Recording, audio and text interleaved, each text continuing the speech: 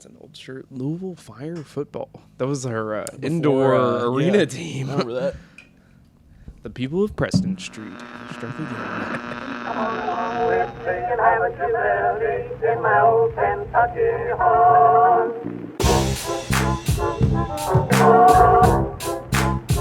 Kentucky.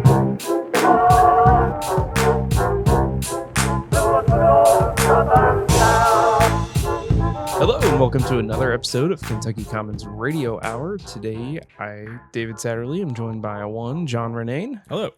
And two, you'd know if you were watching our YouTube. But we do have a special guest today. But if you want to know in advance, I would suggest that you watch this video on YouTube.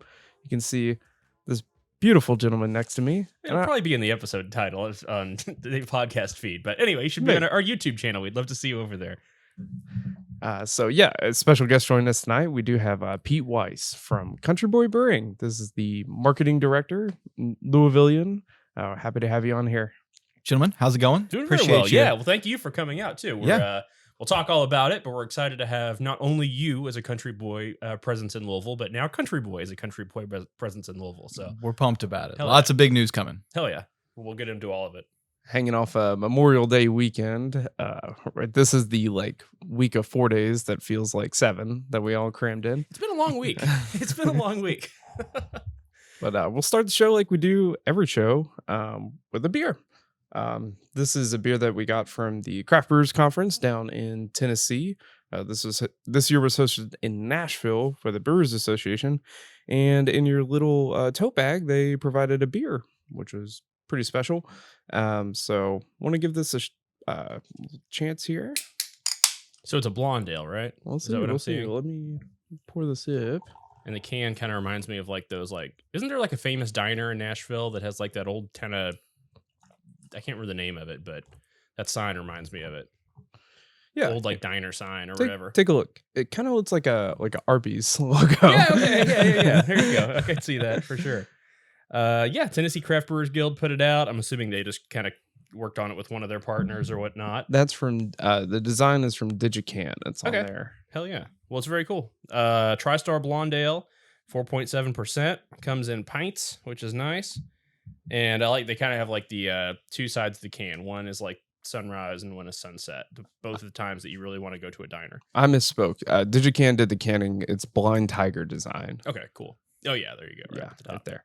So let's give it a shot. Yeah. Those digitally printed cans are awesome. I love that technology. Yeah. Thank you, sir. It has a texture to it. Yeah. Which I is was gonna pretty say, and it goes all the way up too, which is nice. And you probably don't have to run it through a canning or a labeler. No. Cheers. Yeah. Cheers, guys. Absolutely.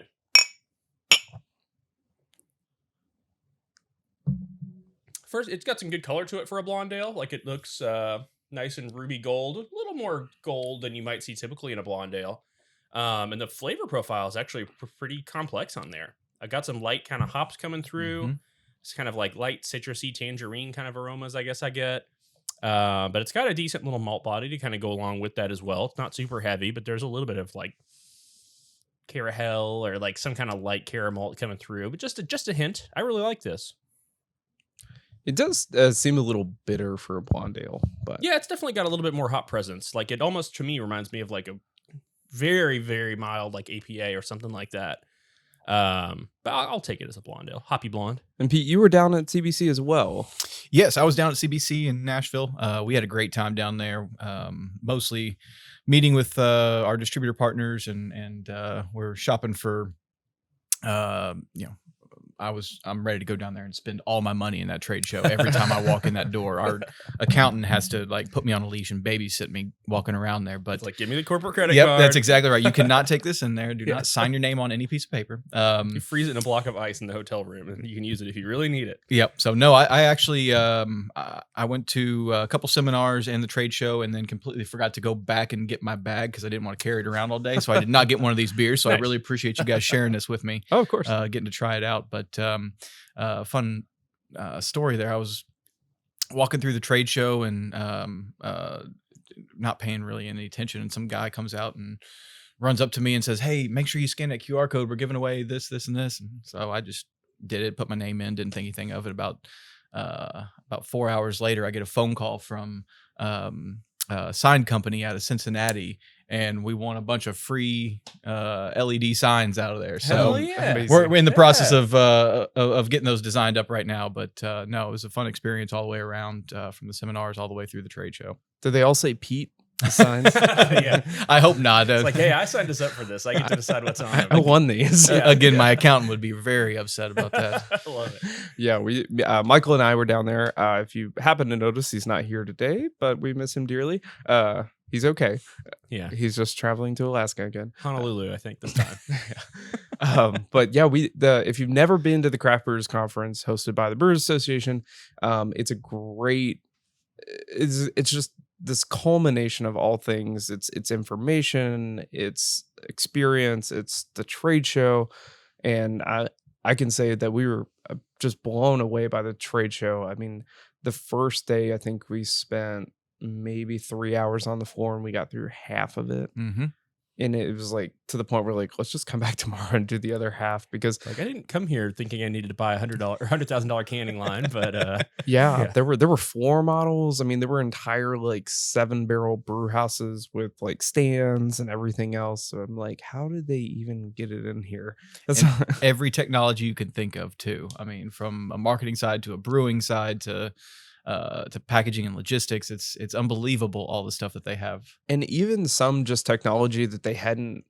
So it was international presence too, which I thought was amazing. But Michael and I stumbled upon this one vendor. They were in like the back left corner, but they were using these mechanical instruments that were developed the same way that animals use mechanical advantages.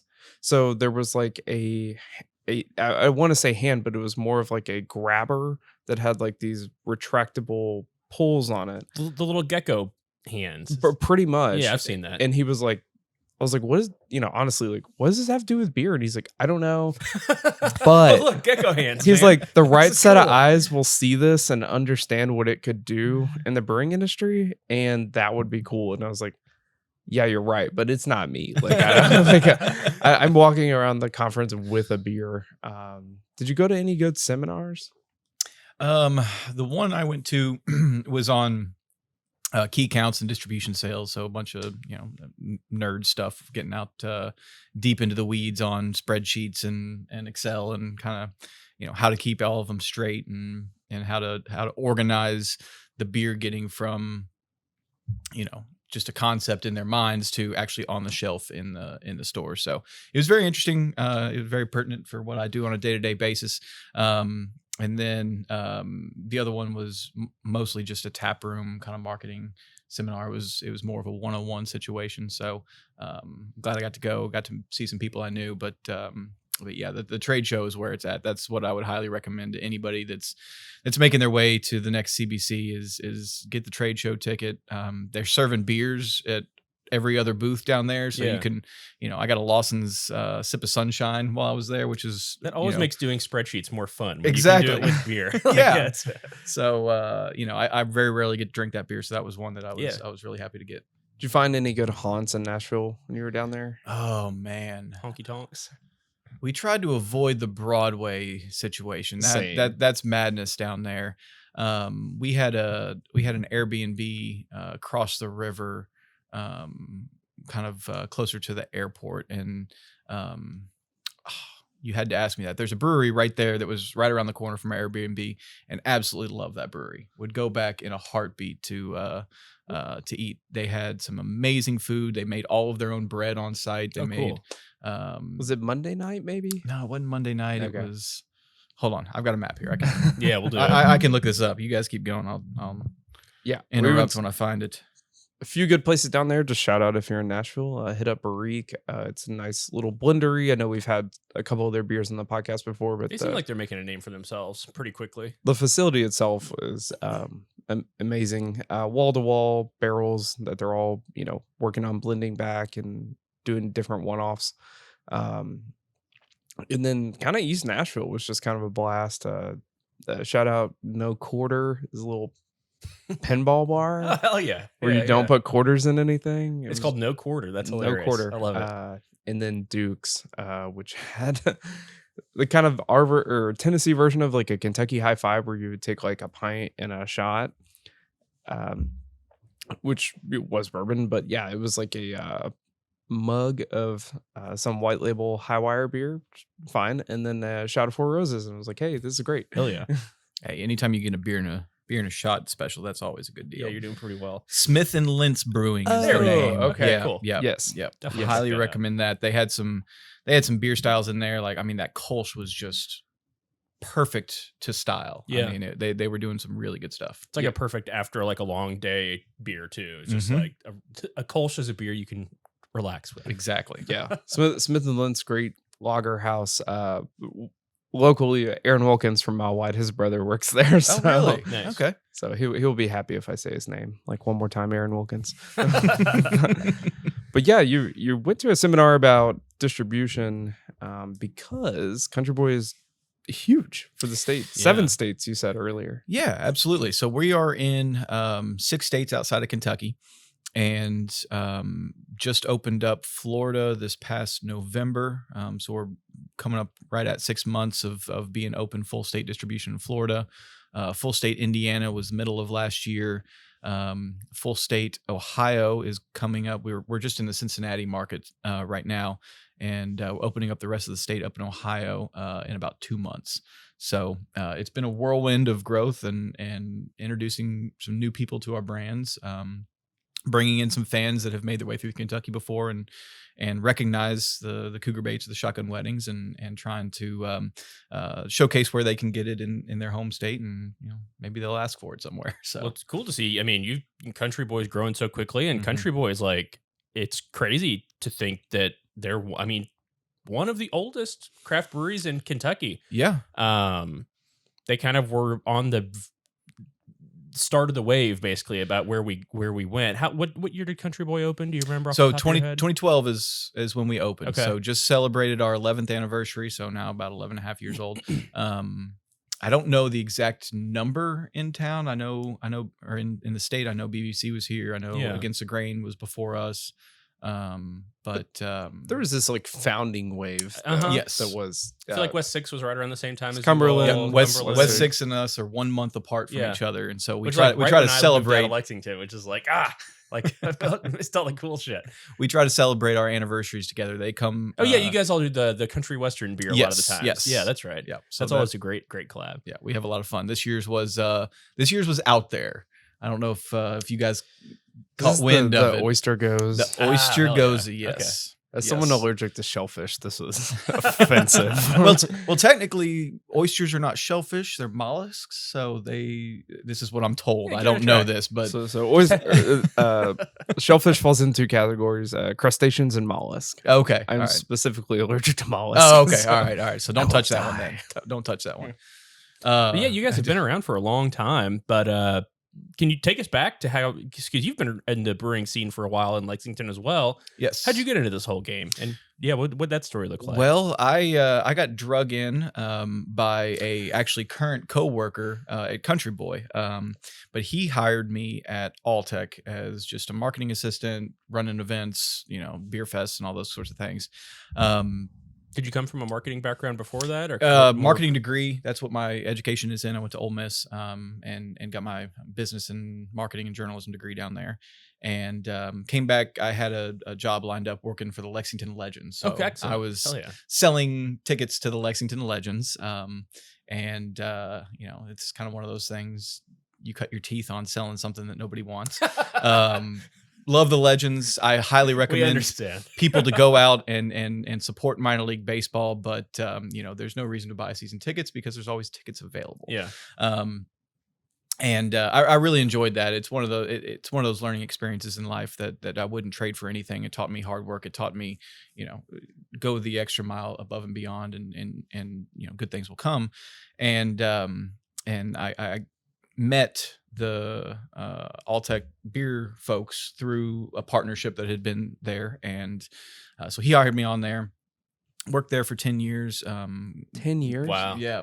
Wow. You really put in your dues. I know. Yeah. I know. So drinking bourbon barrel ale and Kentucky Kolsch and all those good brands, and actually even dipping my toe into Town Branch and some of the whiskeys over there too, and selling those and figuring out the marketing situation there. And then coming out of COVID, DH reached out to me with a plan in place, and DH is one of your all's founders. Yes, he's one of the founding members. DH, and then the two Coppage brothers, Evan and Nate, and those guys, they're fantastic at running tap rooms. They know exactly how to bring people in and how to create a wonderful experience when you're in person there.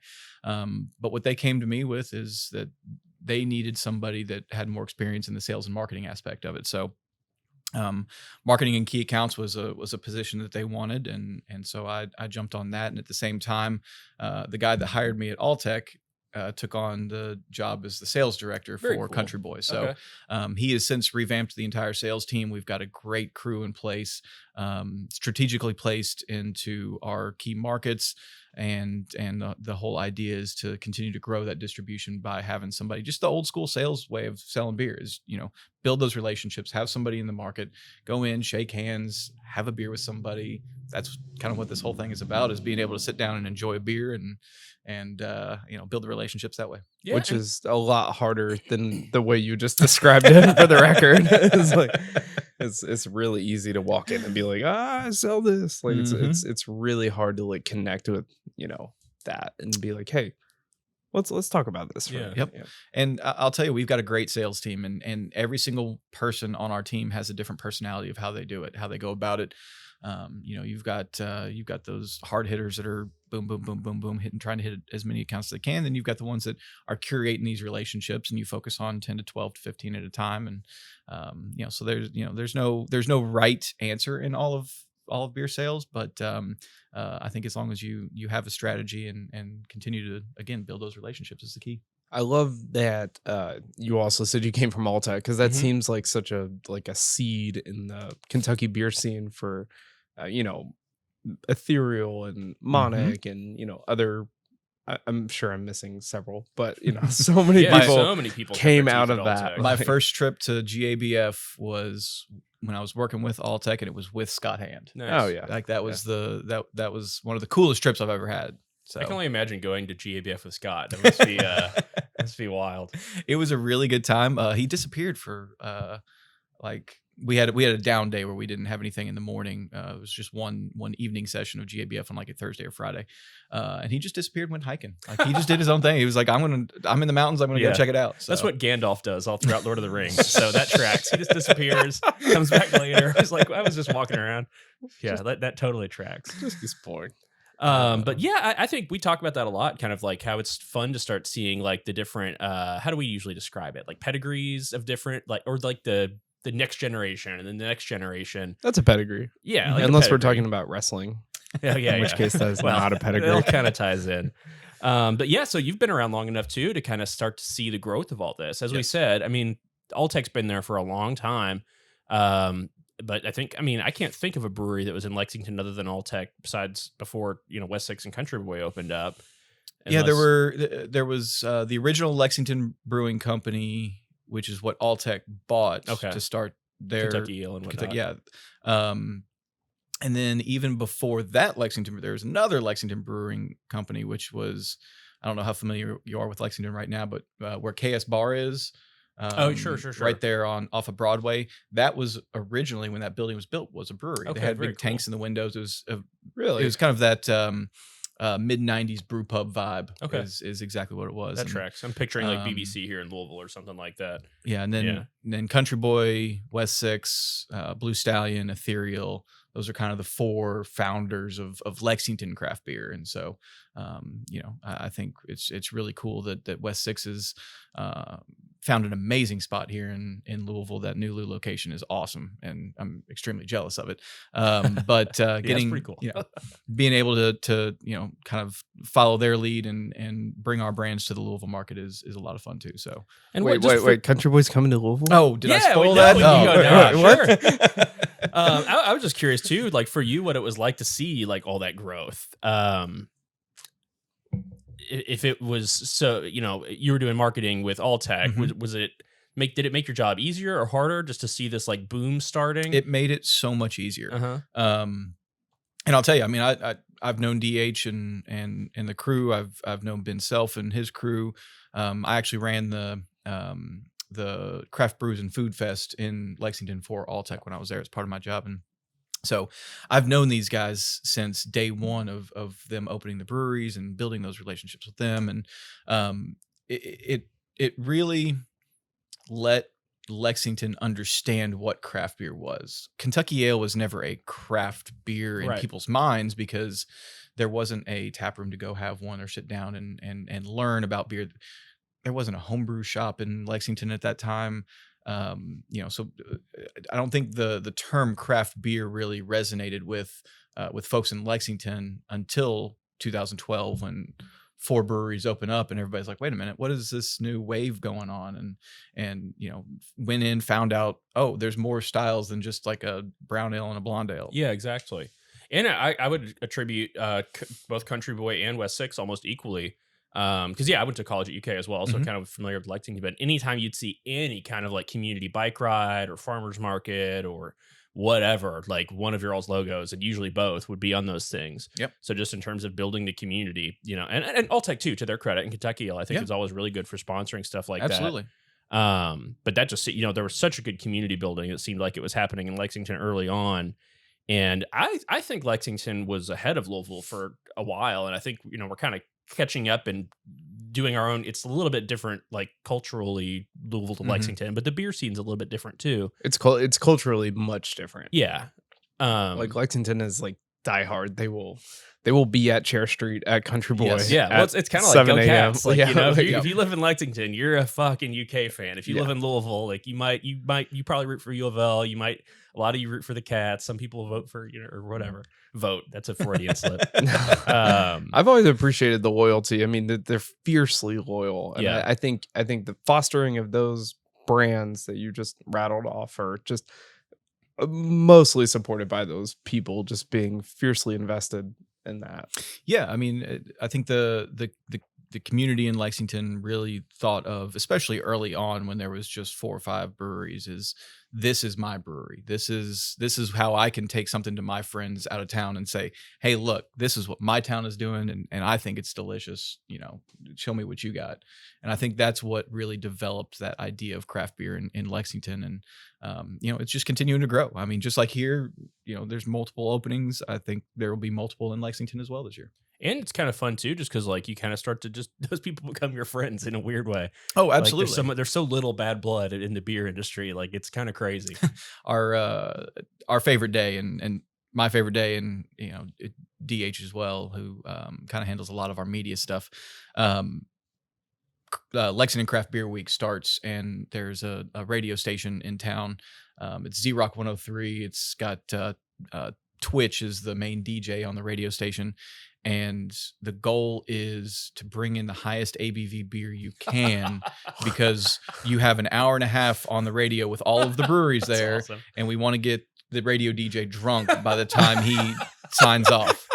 And Like this was a 14% barley wine, and then we ice distilled it. yes, Like, I mean, it's utopias at like this point. it's just like as high ABV as we can make a beer and bring it in, put it in front of him. He has to keep drinking them all and talking to us, and That's awesome. it's the most fun day. And I think part of it is the camaraderie of everybody in the brewing industry. Yeah. And having everybody there,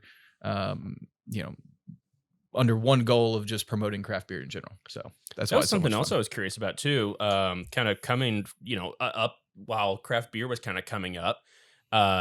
It seems like that Country Boy has always been really good at, like, I wouldn't say proliferating because that implies that it's kind of sneaky or something.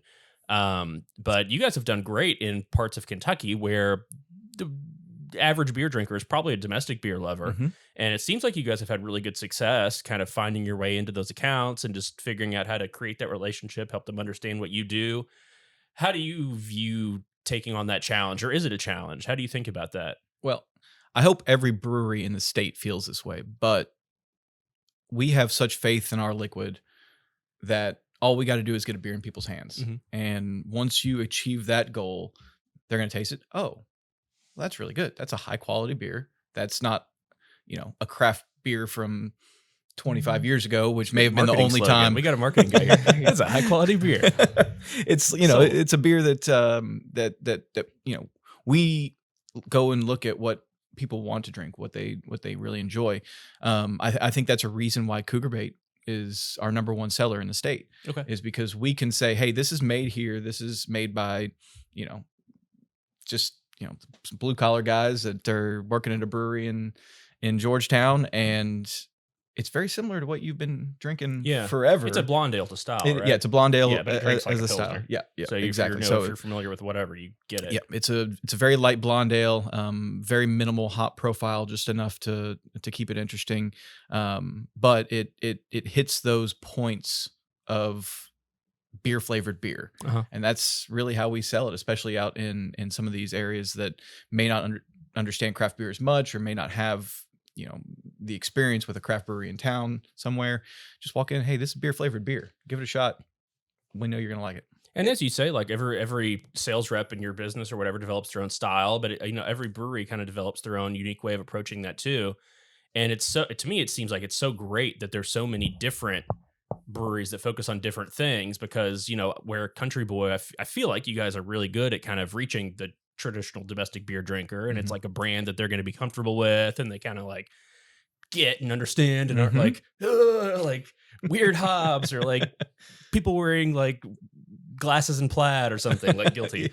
Yeah, like you brought one of these here. This is super premium lager. Yeah. Yes. So You want to try that one? I hate to pull a page out of founders books, but this is brewed for us right here.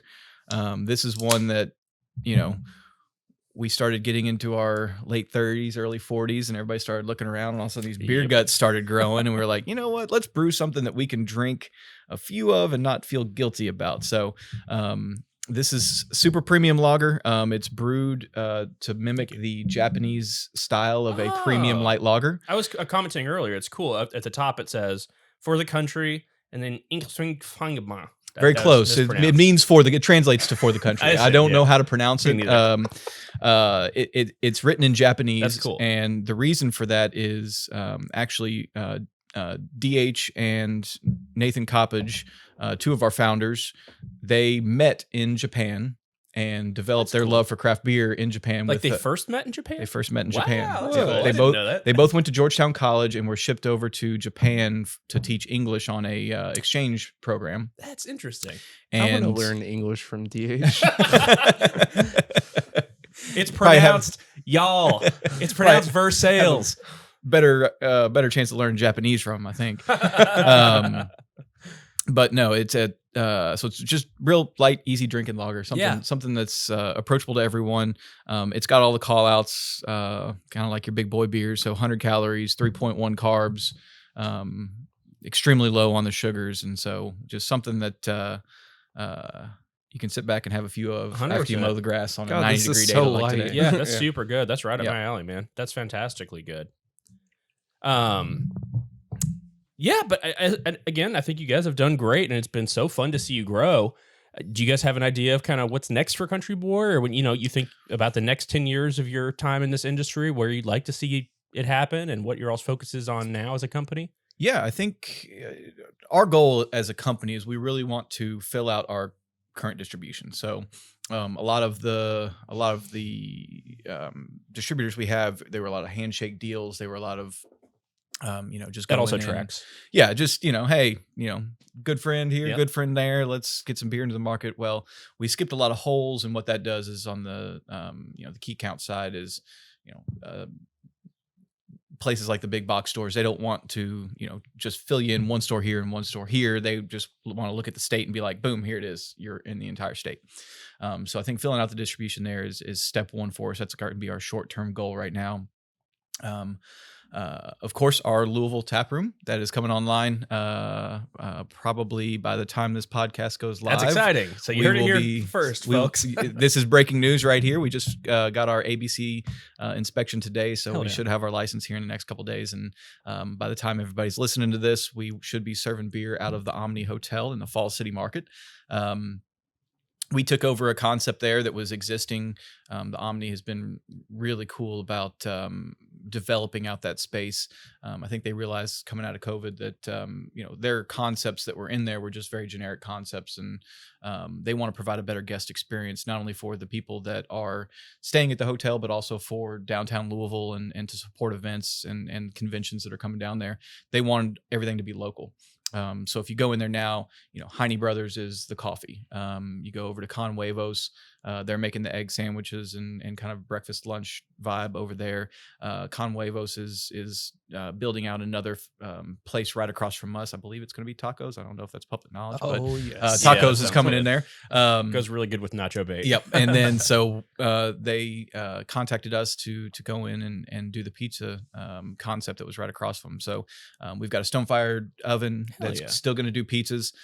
We're still going to do our signature barbecue from Georgetown. You ever had brisket pizza? Oh my God. So we have a meat lovers pizza that's got all the barbecue on there. It's going to be awesome. So we'll have our wings there, sandwiches, salads.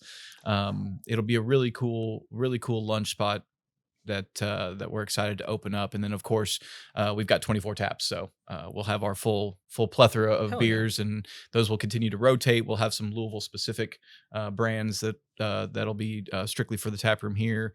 And this is just an opportunity for us to bring our brands into the city that otherwise might not see through distribution, and showcase what some of the fun stuff that we have in the tap rooms can be. I don't think this is going to be our only spot in the future, but for right now, this is a way for us to at least get the Louisville piece going for us. Yeah, well, drinking Country Boy beer is so much fun, and it'd be great to be able to do it closer to home. Absolutely. As long as there's a dedicated line for Cliff Jumper. Cliff Jumper's great. We have 4 core brands. Cliff Jumper is one of those 4, so that's one of those. American IPA. Yes. So that is American IPA, kind of more West Coast style. That IPA. one, It's not supposed to be hazy, folks. I won't hate on. I won't go full beer nerd. So I wish that some of our brewers were here, but I brought a hazy with me. But Country Boy avoided the hazy train for years. Said that's Scott Hand energy. That is not the style of the beer. IPAs are supposed to be brilliant. It's supposed to be hoppy, bitter finish, and just fought it off, and then we released Witness of Citrus, and all of a sudden fuck, all of a sudden, damn it took off. So I guess we got to keep making this. But, why do you keep buying this? Why are you so delicious? I love that you all are doing food in there too. I didn't actually know that tidbit before you said it, but yeah, and 24 taps is a massive undertaking. Yeah, food is a very important piece for us. I mentioned to you guys before we started recording, but our ownership group and most of the people that work in the brewery are big time foodies. We like to eat good food. We like to go out and explore and find new cuisines and try to experiment not only with food, but I think that's how we are with the beer as well. Is we like to try new flavors and we don't want to pigeonhole ourselves into one piece here or there, not only on the beer but on the food side too. Well, I would actually, just to comment on that, we're here in the homebrew store and we talk to people all the time who are engaging with stuff. And I would say one of the most common adjuncted beers that people who are first getting into it ask to make are Nacho Bait and Shotgun Wedding. People are just raving about those. And it's it's because when you're first learning about it, you're like, how do you do this? It's kind of a mystery to build it in your head. And then they make it. It's so anyway, kudos to those beers. It's as far as being creative and approachable. I don't know if you have any equipment here to do it, but it's all recirculation. So recirculating over the peppers for Nacho Bait, and then of course the whole vanilla beans. That's the key on that one. And using those real whole vanilla beans, we get them in. One of our founders, Nate Cobbage, has a vanilla guy, and he ships us in fresh vanilla beans. Yeah, got a vanilla guy. He's got a vanilla guy. I don't know. Don't know who he is. He's a mystery vanilla guy. He won't share his secrets, but I know the beans do show up. If you have enough of those, you kind of understand what is the synthetic and what is the actual bean, and they're not cheap either. So he actually just got a shipment in last week of vanilla beans, and basically they come tied in bundles. And so he separates those bundles out into batch bags for us. So, every batch has Dime bag. the proper amount of gram, proper amount of weight, But man, the brewery smells so good when that shipment comes in. Let me tell you, it's just vanilla everywhere. Hell yeah, I bet.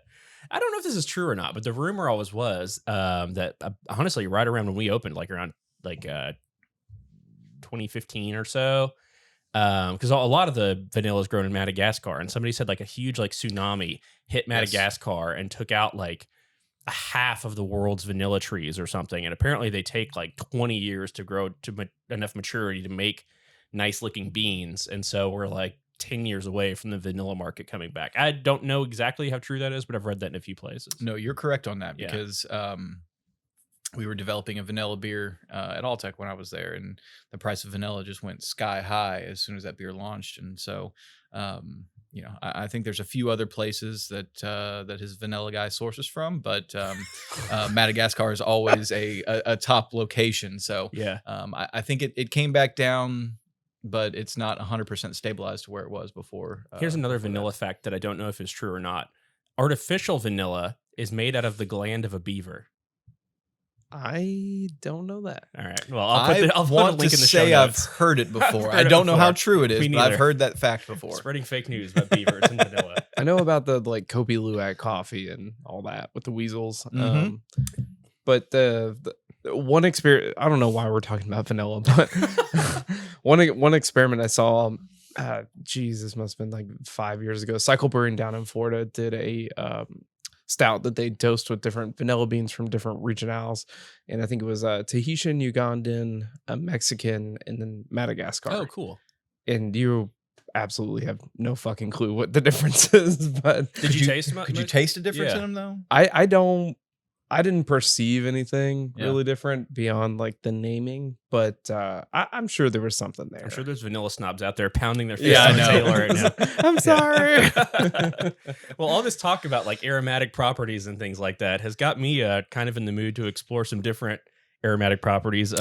Pete, are you a fan of Underberg? Always been a fan. Settles the stomach very nicely. Yeah, exactly. Well, after all these like light beers, if you're feeling a little gassy and bloated, we always like to take a little break in the middle of an episode to do an Underberg.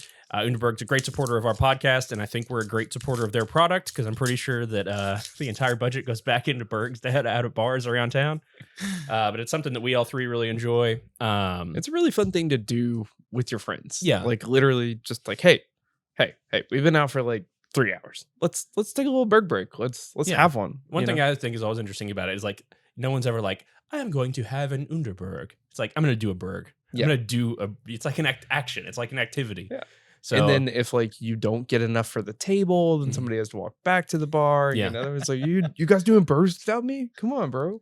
If you all have never had Underberg, it's just technically an aperitif or a digestif? Digestif. And it's just like a little herbal bitter blend.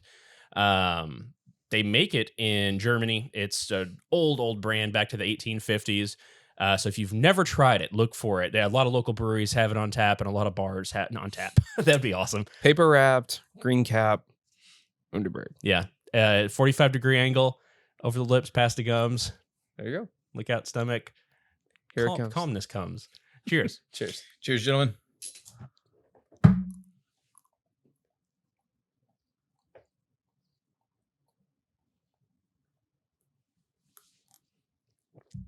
As we'd like to say, I feel bright and alert now. It's good every time. Also cures hiccups, if you didn't know. Really? Yes, if you ever have hiccups, get a Berg, take it down, you're cured. Very rarely do I get hiccups, but whenever I do, like I get like psychosomatic hiccups because I'm like, fuck, why are these stopping? Okay, I will try that. I'm telling you, that's the solution. I wish Michael was here. When we went to Great Taste in the Midwest up in Wisconsin last year, he had hiccups for an entire day. He should have done a Berg. That's so ironic. And he is the most. He's the Berg guy. He's the Berg guy. He has a Berg bandolier, I think. Yeah, that's awesome. I was gonna say, if you guys, if they were a sponsor, do you guys get the big truck? We're saving up Saving for the truck. caps. Okay, good. I think they're good. gonna maybe we'll Get a discounted yeah, rate. Yeah. We'll get a guy. We got the challenge. But- Yeah, that's the other cool thing is like if you save the caps after you get them, you can actually ship them over to Germany. Yeah. And they take those caps and they reuse them and make them into all sorts of different items. But there's some really cool rewards and they're low key status symbols. Like, Yeah. oh, you got the truck, but how many trailers do you have? Mm-hmm. Yeah. I will also give them a quick shout out too, because I saw when you guys were down at CBC, Underberg sponsored a trolley. That was pretty freaking dope. Yes, there's a How many video. caps is that? There's a video of maybe 12 of us doing an Underberg in front of the trolley. Yeah, it was really cool. It's a good time. Well, Country Boy has done such a great job at kind of being like I would call it an iconic Kentucky brand, and you guys do kind of have that kind of Country Boy mentality that makes it easy for people to approach it and stuff like that. So I would rank it a great Southern product and a great Southern beer. I'm curious, having been in this environment for so long, what your opinion is on a few other Southern staples. Okay. So for our next segment, I'm going to call it the Southern Tier list. This is not associated with the Southern Tier Brewing Company that made a lot of those like maltodextrin beers back in the day. Is Southern Tier still around? I'm sure they are. Anyway, I've got a few items here that are associated with what you might call kind of country or Southern culture. And I don't know if you're familiar with the tier list like meme that goes all over the internet, but you basically can give it a grade. Okay. S tier is basically like above an A+. Right. It's like, what does it stand for? Superior. Or like superlative, whatever. So S tier is like God tier. Okay. And then A, B, C, or D. Or if you want to invent a new tier for anything that you really are repulsed by, feel free. And David, you didn't see the list yet, so you can play too if you want. I'll play too. We'll have a group discussion here. We'll just kind of go through them lightning style. So, what are your all's opinions on these classic Southern staples? Number 1, Waffle House. Fantastic spot. S tier? Agreed. Immediately. 100%. All right. It would go even higher if you could still smoke inside. Oh, Waffle Houses. okay. So when's the last time you all were actually at a Waffle House? Because it's also kind of grimy and sketchy sometimes. Quite recently, when my friends are like, "Hey, do you want to go to brunch?" I'm like, "Are we going to Waffle House?" All right. So you got the cred. Yep. I saw a meme on the internet that was like Denny's is just, I think, and they attributed it to Friedrich Nietzsche. It was Denny's is Waffle House for people who don't know how to fight, which I thought was hilarious. So okay, we're gonna I do have to put my order in real quick. The Texas cheesesteak. Okay. Hash browns. That's a brave move. Smothered, covered. All right, man. That's it. Hell yeah. That's the move every time. I'm here David, for that. what's your order? It's always a toss up. The All Star just does the trick every time you split the waffle with somebody because nobody needs a whole waffle. Yeah. And then you get your hash browns the way you like them and switch it up. Hash browns, grits, bacon for me, but like I'm old school.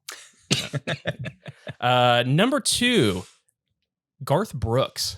What do you guys think about Garth Brooks? I'm going S on this one because, and I got to tell you right now, I grew up on Garth Brooks country music. Yeah. That was it. Blame that was it on my roots. Yes. Oh my showed God. up in boots. You get me to karaoke That's what I was gonna somewhere. say, yeah. You pick any Garth Brooks song, I'm all in. What do you think, David? I don't see how this doesn't get an S either. Okay, all right. Well, you guys are both big Garth Brooks fans. Chris Gaines is our next entry. Oh, what's the lowest? D. Do you guys know about Chris Gaines? For sure, D. As a failed experiment, if I've ever seen one. Okay, so for the listeners that don't know, I'm sure everybody knows at this point because I feel like it's become part of meme culture as well. But I guess in 2002 or something, like Garth Brooks decided he was like the number 1 best-selling artist in the world, like not country artist, but like artist. Like he was one of the best-selling like people in the entire world. He decided to create an alter ego, but he didn't tell anybody it was him. Like he didn't market it at all. He just released an album under the nom de plume of Chris Gaines, and it was very like watered down. Like, how would you describe it? Like Alice in Chains, kind of like emo rock. It was emo country, I think Yeah. is how I would describe it. But And he like wore eyeshadow, and he like I don't know if it was a wig or if he got like hair extensions, but he had like his hair all down in his eyes.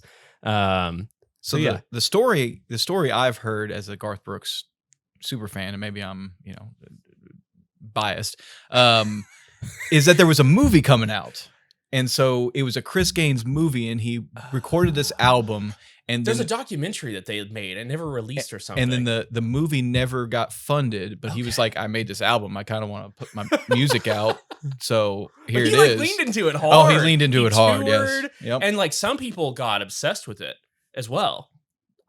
Anyway, I didn't enjoy D tier. I didn't enjoy it either. I didn't buy that album. All right. Well, speaking of blame it on my roots, I showed up in boots. Our next item to rank, cowboy boots. How do you guys feel about cowboy boots? I have opinions. In the right circumstances, twice a year.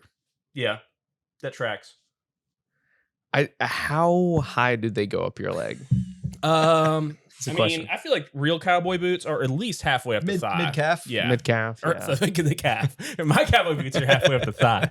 Yeah, I'm like 5 foot, so like they just make me look shorter. So I think cowboy boots are tremendously impractical, and I don't understand why people wear them. I guess that if you're actually riding a horse, there's like utility is there spurs? that it can help you Okay. like hold the rein or the whatever the hell those things are called that your feet go in, stirrups. Stirrups. Yeah. So I would give cowboy boots like maybe a C tier personally, because I feel like they get used and abused, and especially having both just come from Nashville recently. I don't know if you guys saw any blinged out cowboy boots down there, but There's too many. Yeah. Too many down there. Yeah. I'll go C with you on that one. I think that there's a right time and a place for it, and I do have a pair, but again, once, twice a year is about the most I can get out of them. Put them on before you ride your Harley. Or if you know you're going to be doing Garth Brooks karaoke, like Exactly. yeah. Our next contestant, Buc-ee's, a Southern staple. How would you guys rank the? What would you call Buc-ee's? Not a gas station. No, it's a gas Superstore. No, Okay. it's a destination. Destination. Buc-ee's A gas is a destination. destination. Buc-ee's sells a absolute shit ton of our beer, so Okay, they are S tier all for right. me. God tier. We're creating a new. And I don't even have to ask David. He owns a Buc-ee outfit. I've done a podcast in the Buc-ee's onesie. Yeah. You have the Oh, yeah. beaver onesie. Oh, that's awesome. My previous job sent me to Texas a lot. So the first time I went out there, they were like, "Hey, we're going to Buc-ee's." And I was like, "That's a gas station. I don't really care." And then walked in. I'm like, "I want all of it." So There was a Yeah. good meme on the internet too of like when they opened up some store and they blew up like the giant like Buc-ee's inflatable thing that's like 2 stories tall, and then everybody was like crowded in the parking lot waiting to go in, and they were all like looking up at the beaver, and it's like, well, we just invented a new religion. Like they worship the beaver. it's fantastic. If you ever make it out to Richmond, They're opening up another one in Kentucky somewhere out in Western Kentucky. Right before you get to Bowling Green, Perfect. Smith Grove. Hell yeah. Yep. All right. Our next entry, the phrase "bless your heart." I don't think you said it right. It's got to be like, bless Bless your your heart. heart. Bless your Oh, heart. bless your heart. Bless your heart.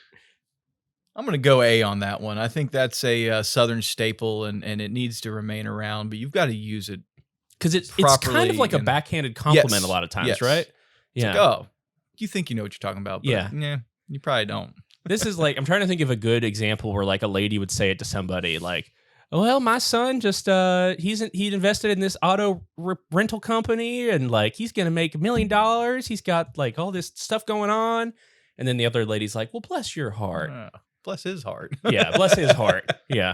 I think it goes a long way. I mean, if you ever want to like hear someone talk about beer and they're like, I don't know about these protein hazes, and you're like, yeah, bless your heart. Yeah, I like that usage too. I also give it an A. It's when used well, it's like it's just perfect. Mm. Yeah, especially in like the southern areas here. We'll go back to the one that might be controversial, might not be. What do you guys think about dip?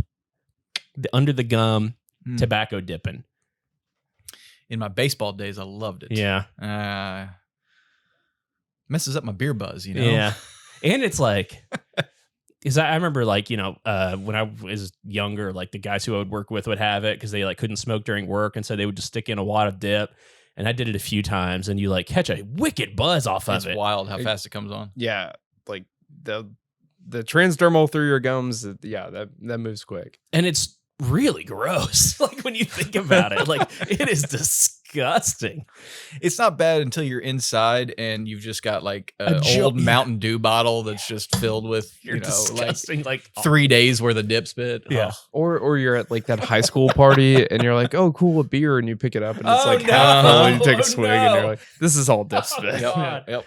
I'm Yeah. gonna That- vomit now. That beer tasted mentholy. I would give dip a D tier personally. Yep. I don't Yep. think it's good for us. I do appreciate the nostalgia and that it is part of the culture. But D for D for flavored, dip. Huh? C for unflavored. Because there's, tobacco's not so bad. okay. All right. So David's dipping right now? No. Big Dipper? Next up is mosquitoes. D, but it's not just a southern thing. No, it's anywhere you get humidity. Great Lakes, like Maine. But yeah, I feel like they are like when you have the mixture of like humidity and mosquitoes is when you get like that perfect southern storm of just like why. No, I'm going back inside. Find me some air conditioning. Yeah, I'll hide out until they're gone. Bats get an A though. Yeah, bats. Bats, 100% A. We had bats in our yard for the first time in many years this year, so we're excited for that here in Germantown. Fuck mosquitoes, D tier. We'll do with the state fair coming up. I've got 2 state fair staples, and then we'll have our final entry that might be contentious. Number 1, state fair, fried Twinkies. Once a year. Yeah. What tier? B. Yeah.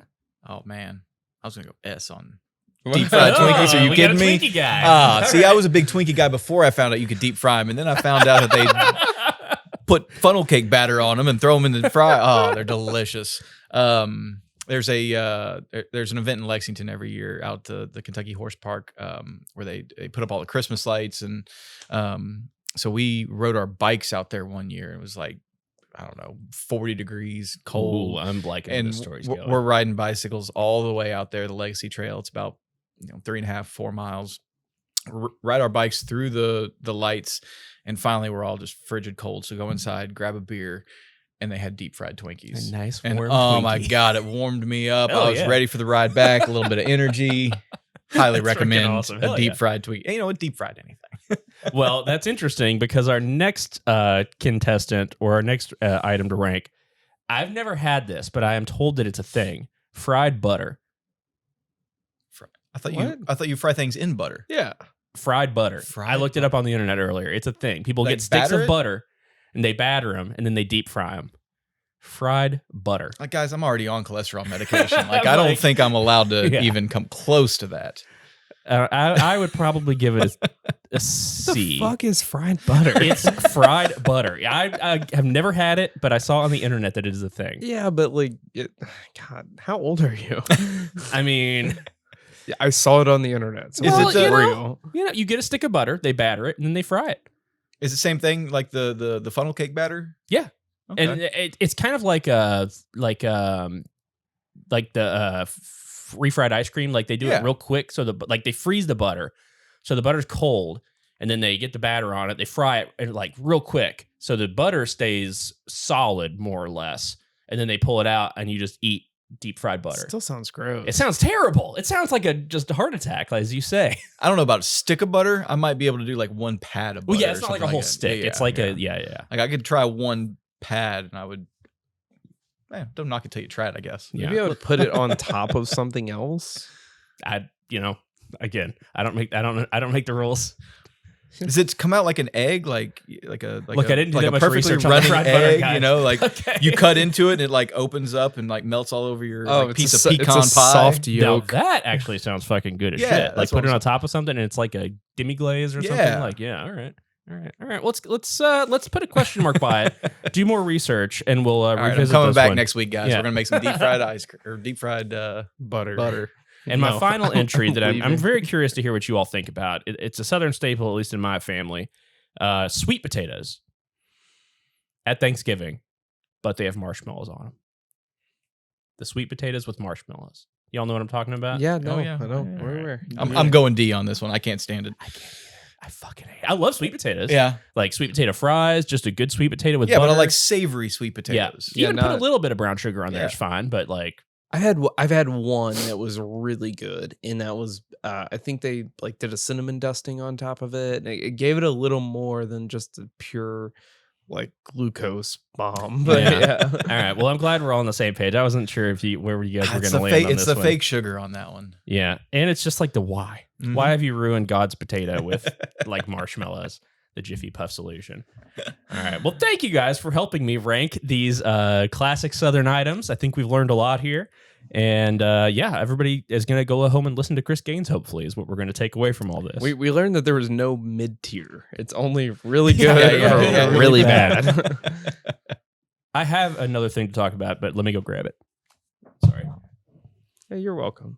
Can I get a beer in the meantime? God, please. All yes. right, good. Yeah. Let's say Delusions of Grandeur. Delusions of Grandeur. So this is our rotating hazy series here, and I believe this is Citra Mosaic and Idaho 7 hops. Definitely looks hazy. Definitely hazy. Yeah, very nice. Not chunky hazy, just nice and hazy. See, that's kind of how I like hazies, and it took me a little while to get into the haze craze.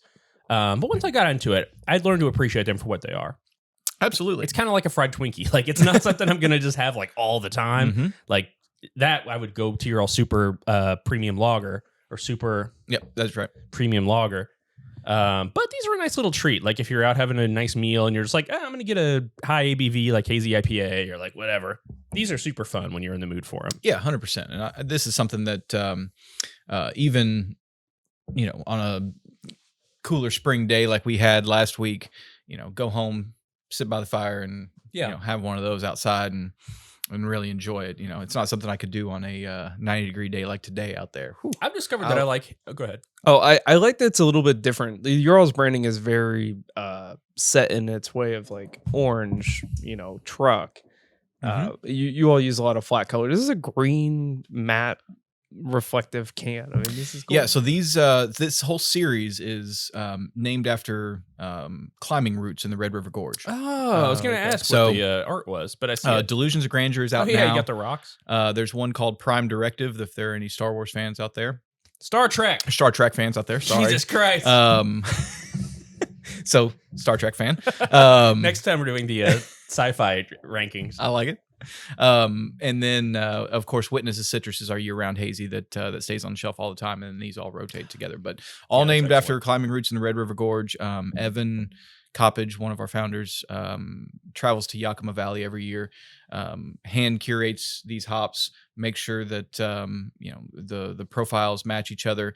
The malt base is always the same, and it's just the hops that rotate every single time. So every time you get one, the only thing that's different in there is going to be the hops, and it really showcases what those hop flavors bring to each beer that we brew. It's a really nice blend. And you said it was Idaho 7 and... It's Mosaic, Citra, and Idaho 7. The classics. Yep. Yeah, those come through really nicely. And Idaho 7 always seems to add that kind of extra brightness, whereas Mosaic and Citra both kind of go more into dank territory. Yes. It's not dank. It's very well balanced out by those Idaho 7. I think that kind of like lighter grain bill and whatnot. Yep, I agree. And that is the thing with this. It's a much lighter grain bill than our Cliff Jumper, which is kind of that more West Coast style IPA, more traditional style.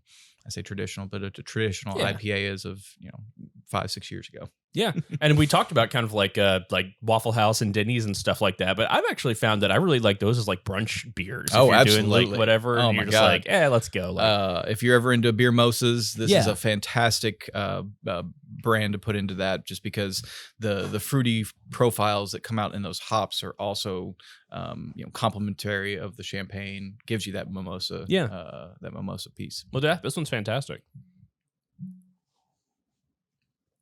And I'll also say that I love your all's Halfway Home APA. That's one that I'm a big fan of as well. Thank you. That one's one of those that it's never taken off, but it's never died either. Yeah. It just has that that consistent fan base that that keeps that brand not going. everybody's as refined and intelligent as I am. Right. It's like, I mean, you guys all want the glitz and the glamour. I just like that Halfway Home, that like hoppy I'm sure you guys have had this conversation before, but do you have a desert island beer? Like what's the one that I would choose, and my personal favorite beer on the planet is Pilsner Urquell. Like I just fucking love it, and I don't know why. It's like sessionable enough to crush all day, but it's got that like saucy hop bite that it's just like freaking awesome. So if I had to pick one, that would probably be it. I like that choice. But I would actually pick a beer that had a map and a compass inside of it. It's a white shirt style and an axe. Hey, as long as I had an unlimited supply, I'd be all right. But it's Sierra Nevada Pale Ale. Yeah, I mean, it's just that beer. Every time I have it, I'm like, oh, that's right. It's delicious. And that's a beer that reminds you why you started loving like craft beer in the first place too. Every time I drink it, I'm like, oh yes, there you are, old friend, or whatever. That sounds like alcoholism talking, but you guys know what I mean. No, that's like, all it's right. not about the booze. It's I've about got that. I've got that too. Yeah. Yeah, they're doing their 10-year. Highwire is doing their 10-year anniversary soon. But one of the beers that they did 10 collabs with 10 breweries, and they're all like brewer forward beers. And one of the ones that they did was Sierra Nevada Pale Ale brewed at Highwire, Oh, cool. which should be interesting. That's but, really cool. Hopefully we get out there for that. I think we're trying to. So that'll be Is that interesting. in Asheville? It's in or Asheville, yeah. Are they sending any of that beer to the tap room here? I don't know. I don't know. It was on their small system, which hopefully Louisville Ale Trail is going to do in late Q3. That's cool. So look out for that. But yeah, it's like everyone says Sierra Nevada Pale Ale. I have a friend in Ireland right now that's over there for a wedding, and he literally sent me pictures of a bar that he found that had all these like other beers and then just Sierra Nevada Here's the Pale Ale. American beer. And he's just Yeah. got his hands in the air like, yes. It's like, well, you found your place. Don't ever leave. All the other ones are flat and warm. Yeah. There's this cold, bubbly Sierra Nevada. Thank you, God. My desert island always comes back to just like you went Czech pills and I'm more like Italian pills, but I guess as long as it's fresh, any kind of dry hop pills, lager type deal. If I'm on an island, man, I'm just chilling. Yeah. I know enough survival technique to like get by, but man, I'm probably not hunting or fishing or anything. Well, if you have a desert island unlimited supply of beer, That's okay. the key. Yeah. As long as I have a limited supply of beer, I can fish and figure it out from there. Well, in other news, talking about kind of big beer brands, I'm sure this has come across your all's radar, but you guys been following what's happening with Constellation and their craft beer portfolio? Or should I say their non-existent craft beer portfolio? I think they just sold off their final craft beer, what would you call those products at this point that they own, which was, I believe, Funky Buddha and Four Corners are the last two that they owned. And funny enough, I think both of those got sold back to the original owners of the company. Is that correct? I don't. Absolutely. Yeah, and they went on a huge buying spree in like 2018 of like captivating this market, and obviously COVID and whatnot. But I thought the quality was better before they got bought. Of which ones in particular? Well, Funky Buddha, I know for certain. Yeah, that's in was Florida. Yes, is that right? Yeah, that was a brand that was like actively kind of sought after. Yeah, It's like people hey, would. Yep. if you're going down there, like bring me back some of this. Like it was a whole thing. And then they got bought, and it seemed like there's always this teetering line between like mass produced beer and like crafted beer, I guess. And I guess the BA decides the actual numbers on that, but it seemed like it crossed that threshold very fast, and there was just like, I don't really want this anymore. I think the thing, and specifically, Funky Buddha, just because I've been to that tap room, I've experienced their beer. I actually saw it after their beer, quite a while. I think it's the creativity piece. I think that creativity piece, and I think this goes to, even every craft brewery in this town, being able to have the brewers actually come up with what they want to drink, what that next iteration is. And, maybe there's a fad, maybe there's a trend coming through. Well, I want to see West Six's take on it. I want to see Country Boys take on it. I want to see Monarch's take on it. And I think that creativity is what really drives the craft brewing scene. And as soon as you get into these, corporate boardrooms and, all of a sudden there's some wasted money here or there, then that creativity may go away. And, how do you look at the store here? This is all creativity. It's just a bunch of ingredients. Somebody's got to put them together and build their recipe. If you're creative on a 30 barrel batch, how far does that get you in your career? If it's not like top tier or something that's going to just like roll out. But yeah, I think you kind of nailed it too, which is that it's just a different business model, really. Yes. Like at the end of the day, because if there's a board of directors and if there's like shareholders, and didn't you tell us that Constellation brand is owned at least in like a small % equity stake by BlackRock? There's a small stake in Minecraft there. for the lawyers, if that's not true. Yeah, but like it's just an investment capital business. It's a really. megalith. Yeah, and so it does kind of change the relationship. Like they're not going to have those handshake deals that they make with the people. That's not what they're here for. They're kind of here to get into Walmart and to get into I don't know, the big like regional chains and stuff like that, and to get good relationships with them, and to kind of be able to, in my opinion, not monopolize at this point, because there's still multiple distributing channels, but leaning towards monopolizing shelf space. And there's only so many places to set up in product displays and things like that, and they get an outsized share of that when they buy these like brands that people want.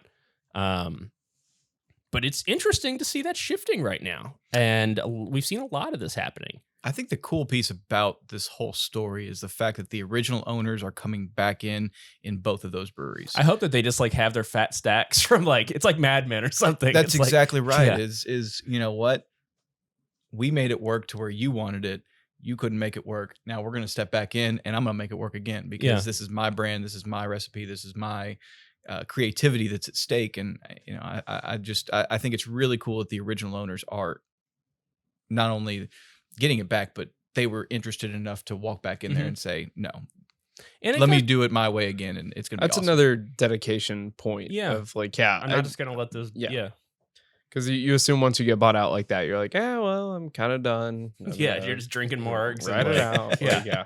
And they're like, I think that would be incredibly energizing to like it. I mean, I'm just going to keep going with Funky Buddha, but like you said, it was a brand that was like very sought out for a long time. And like, hey, like knowing that someone else is, the original owner is coming back to take the seat. It's like, hey man, I might keep an eye on that for a little while. And it just kind of makes me curious too, if as these like large investment based, like very, I'm sure data driven organizations are ditching these brands, and kind of craft beer as a whole, is craft beer kind of at a turning point right now? It seems like younger people, and again, this is just what I glean from people who tell me about TikTok.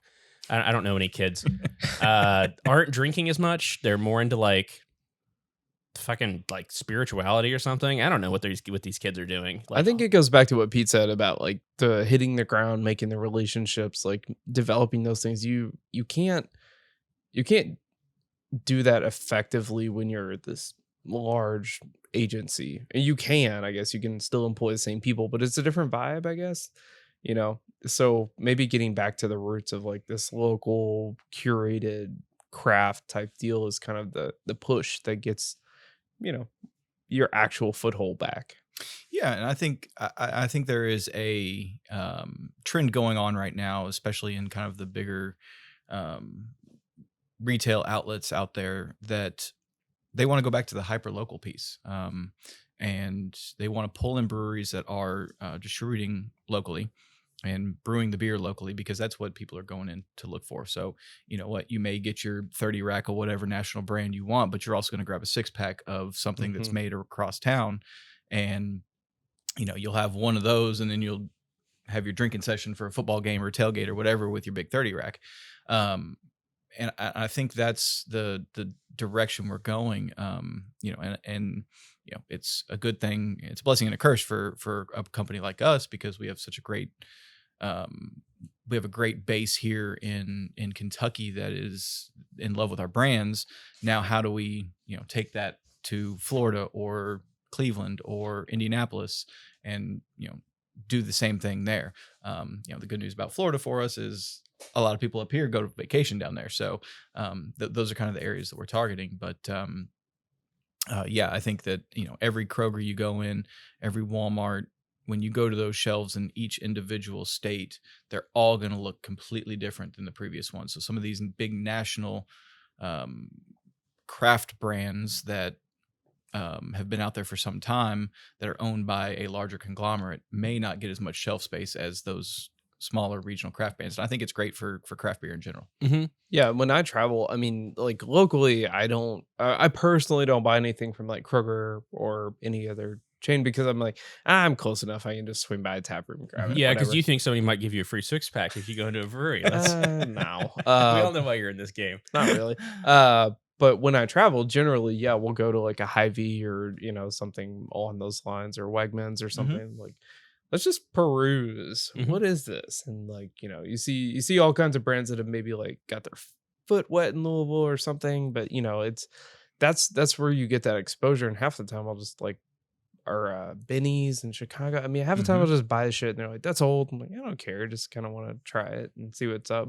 So like, I hope that reciprocates across like other markets, Kentucky outward, because I mean that's what I do. Yeah, went down to East Tennessee earlier this year, and I've fallen in love with the new IPA down there. Blackberry Farms. Oh yeah, their IPA. First off, their can is amazing, and from a marketing standpoint, like I can't get enough of that Yeah. matte green wrap with the gold on there. It's awesome. But yeah, their IPA I think is delicious, and you know, I discovered that by going into a big box store down there, and it was sitting on the shelf. I was like, oh, that's made 2 miles from here. That's the one I'm gonna grab. Yeah, and that, to me, that kind of ties all that stuff together. It is like, I think that the like flash and the glamour is kind of like, it's just a business cycle, I guess, ultimately, right?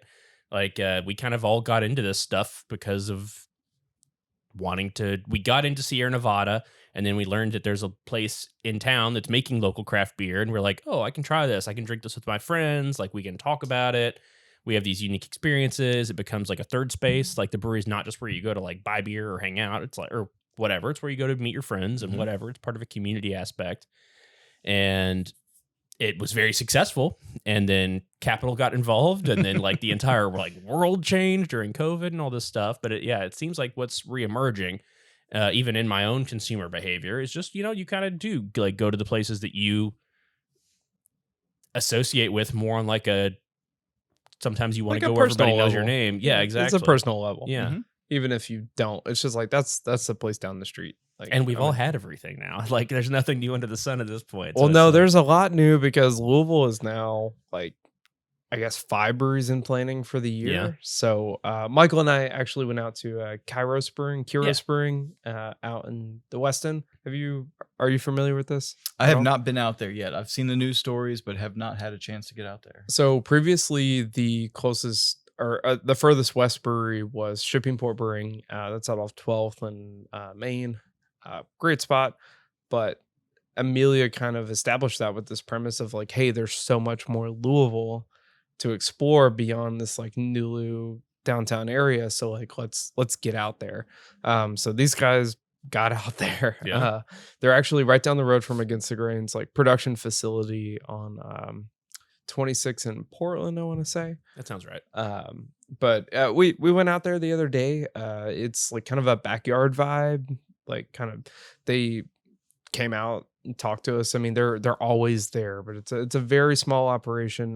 They're figuring it out. But the neat thing is that they're like, we never intended for this to be our like actual brew pub. They just wanted to like make beer out of here and sell it somewhere else. But they've kind of like pivoted a little bit, and yeah, I was, you know, for I think we went there on maybe their 6-day open period. I'm like, this is not bad for being open 6 days. Yeah. I mean, like they kind of had it together. I would encourage anyone to kind of just venture out there and see. There's a lot of Louisville out there. You know, be a tourist in your own city. Yeah. And I really appreciate the hospitality from them, just coming out and speaking. And hey, we did this. I will say one standout was kind of this jalapeno porter, and big fan of peppers and beers, but wasn't overwhelming. Just had that little capsaicin bite on it, and you know, dark roasty kind of offset there worked out just fine. Hell yeah. Well, there's some other, you want to talk about more Louisville beer news? We talked a little bit about State Fair food. David, do you want to give us a briefing on what's going to be happening this year at the Kentucky State Fair? Yeah, so the State Fair this year has worked with us, Louisville Ale Trail, to actually put on a beer festival at the State Fair. I'm thrilled because I always go to the State Fair. I think it's an incredible showcase of everything that Kentucky has to offer. But, you know, I can never get like the beer that I can get down the road from my house or from across the state. And, you know, as a, you know, brewery is sort of this leg of Department of Agriculture. Like, I think they should be represented just as well.